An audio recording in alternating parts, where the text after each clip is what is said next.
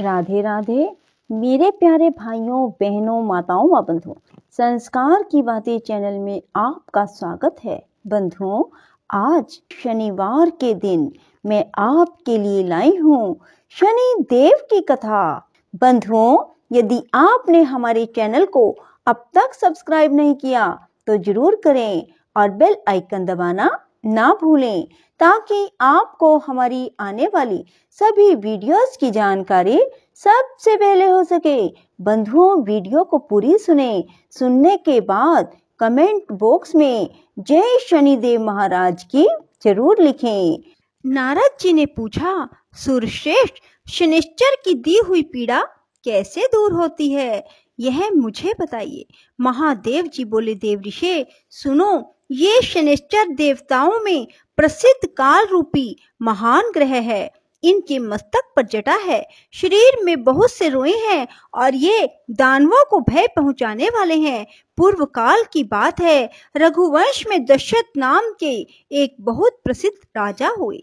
वे चक्रवर्ती सम्राट महान वीर सातों द्वीपों के स्वामी थे।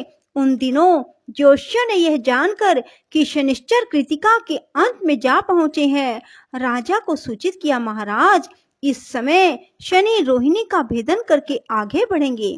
यह अत्यंत उग्र शाकट भेद नामक योग है, जो देवताओं और असुरों के लिए भी भयंकर है। इससे 12 वर्षों तक संसार में अत्यंत भयानक दुर्भिक्ष फैलेगा। यह सुनकर राजा ने मंत्रियों के साथ विचार किया और वशिष्ठ जी आदि ब्राह्मणों से पूछा, द्विजवरों बताइए, इस संकट को रोकने का यहाँ कौन सा उपाय है। वशिष्ठ जी बोले, राजन, यह रोहिणी प्रजापति ब्रह्मा जी का नक्षत्र है।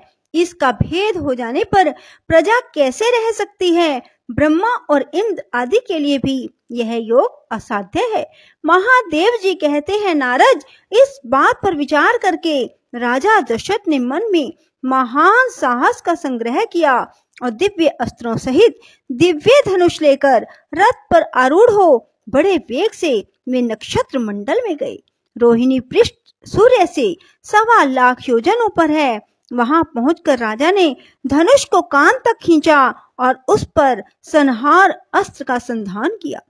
वह अस्त्र देवता और असुरों के लिए भयंकर था। उसे देखकर शनि कुछ भयभीत हो हंसते हुए बोले, राजेंद्र, तुम्हारा महान पुरुषार्थ शत्रु को भय पहुंचाने वाला है। मेरी दृष्टि में आकर देवता, असुर, मनुष्य, सिद्ध, विद्याधर और नाग सब भस्म हो जाते हैं, किंतु तुम बच गए। अतः महाराज, तुम्हारे तेज और पौरुष से मैं संतुष्ट हूँ। वर मांगो, तुम अपने मन से जो कुछ चाहोगे उसे अवश्य दूंगा। दशरथ ने कहा, शनिदेव, जब तक नदियां और समुद्र हैं, जब तक सूर्य और चंद्रमा सहित पृथ्वी कायम है, तब तक आप रोहिणी का भेदन करके आगे ना बढ़ें। साथ ही कभी 12 वर्षों का दुर्भिक्ष ना करें। शनि बोले, एवं अस्तु। महादेव जी कहते हैं, ये दोनों वर पाकर राजा बड़े प्रसन्न हुए। उनके शरीर में रोमांच हो आया। वे रथ के ऊपर धनुष डाल हाथ जोड़ शनि देव को इस प्रकार स्तुति करने लगे। दशरथ बोले, जिनके शरीर का वर्ण कृष्ण, नील तथा भगवान शंकर के समान है, उन शनिदेव को नमस्कार है। जो जगत के लिए काल अग्नि एवं कृतांत रूप है, उन शनिदेव को बारंबार नमस्कार है। जिनका शरीर कंकाल है, जिनकी दाढ़ी मूछ और जटा बड़ी हुई है, उन शनिदेव को प्रणाम है। जिनके बड़े बड़े नेत्र, पीठ में सटा हुआ पेट, भयानक आकार है, उन शनिदेव को नमस्कार है। जिनके शरीर का ढांचा फैला हुआ है, जिनके रोए बहुत मोटे हैं, जो लंबे चौड़े किंतु सूखे शरीर वाले हैं, जिनकी दाढ़ें काल रूप हैं, उन शनिदेव को बारंबार प्रणाम है। हे शनि, आपके नेत्र खोखले के समान गहरे हैं, आपकी ओर देखना कठिन है। आप घोर, रौद्र, भीषण और विकराल हैं। आपको नमस्कार है। बलिमुख, आप सब कुछ भक्षण करने वाले हैं, आपको नमस्कार है। सूर्य नंदन, भास्कर पुत्र, अभय देने वाले देवता, आपको प्रणाम है। नीचे की ओर दृष्टि रखने वाले शनिदेव, आपको नमस्कार है। संवर्तक, आपको प्रणाम है। मंद गति से चलने वाले शनिदेव, आपका प्रतीक तलवार के समान है। आपको पुनः पुनः प्रणाम है। आपने तपस्या से अपने देह को दग्ध कर दिया है। आप सदा योगाभ्यास में तत्पर, भूख से आतुर और अतृप्त रहते हैं। आपको सदा सर्वदा नमस्कार है। ज्ञान नेत्र, आपको प्रणाम है। कश्यप नंदन, सूर्य के पुत्र शनिदेव, आपको नमस्कार है। आप संतुष्ट होने पर राज्य दे देते हैं और रुष्ट होने पर उसे तत्क्षण हर लेते हैं। देवता, असुर, मनुष्य, सिद्ध, विद्याधर और नाग, ये सब आपकी दृष्टि पड़ने पर समूल नष्ट हो जाते हैं। देव, मुझ पर प्रसन्न होइए। मैं वर पाने के योग्य हूँ और आपकी शरण आया हूँ। महादेव जी कहते हैं, नारद, राजा के इस प्रकार स्तुति करने पर ग्रहों के राजा महाबलवान सूर्य पुत्र शनिश्चर बोले, उत्तम व्रत के पालक राजेंद्र, तुम्हारी स्तुति से मैं संतुष्ट हूँ।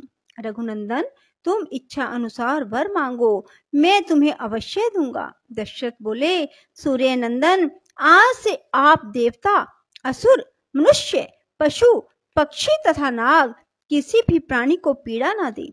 शनि ने कहा, राजन, देवता, असुर, मनुष्य, सिद्ध, विद्याधर और राक्षस, इनमें से किसी के भी मृत्यु स्थान, जन्म स्थान, चतुर्थ स्थान में मैं रहूं तो उसे मृत्यु का कष्ट दे सकता हूँ, किंतु जो श्रद्धा से युक्त, पवित्र और एकाग्रचित हो, मेरी लोहमयी सुंदर प्रतिमा का शमी पत्रों से पूजन करेंगे, तिल मिश्रित उड़द भात, लोहा, काली गाय या काला वृक्ष ब्राह्मण को दान करेंगे, विशेषतः मेरे दिन को इस स्तोत्र से मेरी पूजा करेंगे, पूजन के बाद हाथ जोड़कर मेरे स्तोत्र का जप करेंगे, उसे मैं कभी भी पीड़ा नहीं दूंगा।